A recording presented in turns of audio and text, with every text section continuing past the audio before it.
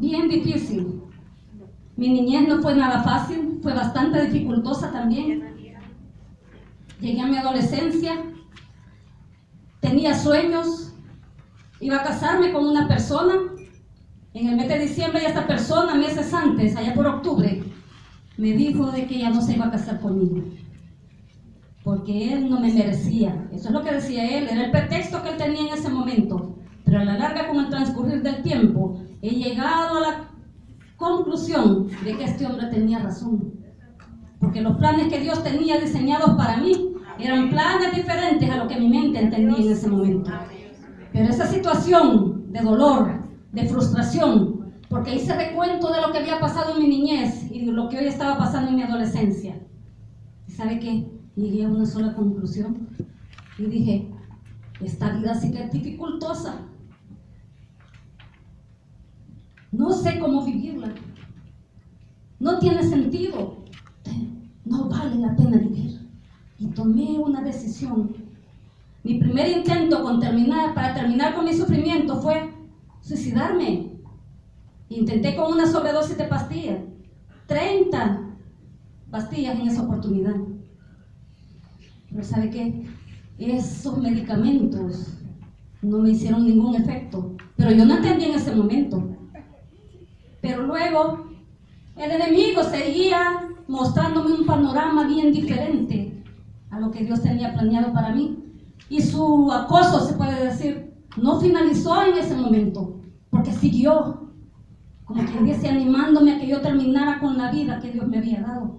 Hice un segundo intento, ya no con esa misma variedad de pastillas, sino con otra, y en una cantidad mayor, porque tenía que ser efectivo. Mis problemas tenían que ser finalizados. Para sorpresa mía, tampoco surtieron efecto. Y yo decía, ¿será que estaban vencidos? ¿Será que no eran potentes? ¿Con qué otra forma voy a tener que intentarlo para que esto sea eficaz? Pero no entendía que Dios estaba en medio del asunto. Y Dios ya se estaba mostrando a mí, pero yo no lo entendía, porque estaba más enfrascada en ver mi situación difícil, en ver mi frustración, que en ver a Dios actuando en mi vida. Pero fue necesario eso. Tuve que pasar por un tercer intento, y en esta vez ya no fue con pastillas. En esta oportunidad fue con veneno casero, una dosis más o menos así. No fue un intento, ingerí el veneno y dije, aquí se acabaron mis problemas. Mi familia ya no se va a burlar de mí porque me dejaron vestida y alborotada, porque la persona ya no se casó conmigo. Mis compañeros de trabajo, tampoco. Mis compañeros en la universidad, tampoco. Aquí se acabaron mis problemas. Me acosté. Pero para sorpresa mía, al día siguiente desperté y ese veneno tampoco había hecho efecto. Seguí con vida. Tuve temor cuando vi que no me dolía el estómago ni tenía ningún síntoma de envenenamiento. Ahí sí me afligí. Me provoqué vómito y pude expulsar todo aquello. Pero hasta ese momento yo tampoco entendía qué más era lo que Dios quería hacer en mí. Eso fue en el mes de octubre de 1987. Imagínense, estamos iniciando un mes de octubre. Y este día yo le estoy dando la gloria a Dios. Porque ese fue un pasado, fue una situación difícil. Pero aún así Dios me llamó a vida. Pasó ese mes y los otros meses que vinieron, pero un 4 de febrero de 1988, habiéndome ido ya de mi casa, habiendo renunciado a mi trabajo, habiendo abandonado mis estudios superiores, sin qué ni para qué yo caí al suelo. Las personas que estaban en mi alrededor, porque yo vivía en otra casa donde me habían dado posada, estas personas me vieron caer, me dieron primeros auxilios, pasó bastante tiempo y no lograban entender por qué yo no volví en sí. Fueron a llamar a un médico, llegó, y cuando el médico llegó, él dio el diagnóstico que yo estaba muerta, que no había nada más que hacer. A todo esto, en esos momentos cuando estaban en llanto, en frustración, que no hallaban qué hacer con el cadáver que tenían ahí, no sabían cómo localizar a mi familia. Estas personas también, llegó alguien a esa casa, que era el que le surtía la leche, él era cristiano. Y él, cuando le dijeron lo que estaba sucediendo, él creyó que Dios podía hacer un milagro en mi vida. Aunque estaba muerta, Dios podía volverme a la vida. Este hombre creyó. Una persona fue necesario que creyera, cuando todos los demás veían la evidencia que tenían y no creían. Pero quiero decirles que él se recordó que en la iglesia donde él asistía, en una iglesia cristiana, estaban en una campaña de milagros. Fue y llamó al misionero que había llegado. No le voy a contar los detalles porque al principio este misionero no quería ir, pero por último terminó llegando. A todo esto ya habían pasado más de 4 horas en que yo había caído muerta. En ese momento comenzaron a orar. Al principio no veían que sucediera nada, pero en la medida en que fueron orando por mí, el misionero recibió de Dios que dejara de orar ya de esa forma, que reprendiera en mí el espíritu de muerte y que reclamara el espíritu de vida. Y le dijo eso a las personas que estaban ahí y comenzó a orar de esa forma.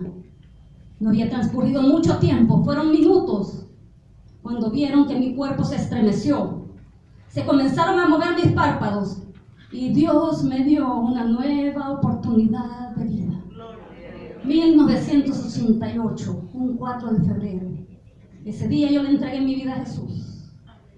Y si ahora me ven aquí parada, es la obra de lo que Jesús fue capaz de hacer a partir de esa fecha para acá. Él lo venía haciendo desde que me fue puesto el embrión en el vientre de mi madre. Pero he ido viendo su manifestación. Cualquiera diría que difícil. ¿Y sabe qué? Jesús es el Señor de mi vida y de mi corazón. Y teniéndolo Él, supuestamente las cosas ya no tenían que seguir yendo mal. Pero yo tuve que pasar por un cáncer en la matriz en el año 2001. Pero Dios estuvo conmigo. Me sacó adelante. Año 2005. Me detectan en uno de los pechos también. Tenían sospecha que hubiera cáncer ahí también. Tuvieron que intervenirme. Dios tomando el control. Año 2008. Comencé a tener problemas que no podía caminar. Y resultó que tenía unos nódulos en la garganta, aquí en la tiroides. Fue necesario también que me fuera retirada la tiroides. Pero Dios estaba allí. Año 2012. Tuve que enfrentar un derrame cerebral. Y ustedes me ven aquí, totalmente cuerda, totalmente con todas mis facultades físicas y mentales. Porque en el Dios que yo he creído es un Dios todopoderoso. Que da segundas y terceras oportunidades. Cualquiera diría, qué tremendo. ¿Creen que yo diría ahora, para qué fui creada? En los momentos aquellos que vi las dificultades, posiblemente pudo haber venido ese pensamiento a mí. Mas ahora entiendo por qué razón es que estoy aquí. ¿Usted entiende ahora por qué razón está usted ahí? ¿Por qué está hasta este día vivo, con salud, con todas las cosas que Dios le ha permitido tener? Pues quiero decirles que hay un propósito eterno de Dios para que estemos vivos y para que hayamos sido creados. Puede comenzar, hermano. El primer propósito. O sea, fuimos creados para cumplir un propósito. Un propósito que fue generado en la mente y en el corazón de Dios desde el principio de los tiempos. Y esa ha sido la razón. Somos creados por Dios y para Dios. Porque existe, como les dije al principio, una razón eterna para que nosotros existamos. Una razón por la cual estemos aquí. Si usted hasta este momento no ha entendido cuál es la razón por la que ustedes están, le pido por favor que disponga su mente y su corazón para lo que este día va a conocer aquí. Porque Dios, en la medida de que me ha ido dando es la preparación de este tema, es como que Dios me hubiera dicho en palabras sencillas, porque es un mensaje bien sencillo. Pero esta ha sido la razón. Esta ha sido la razón. Pásalo, por favor.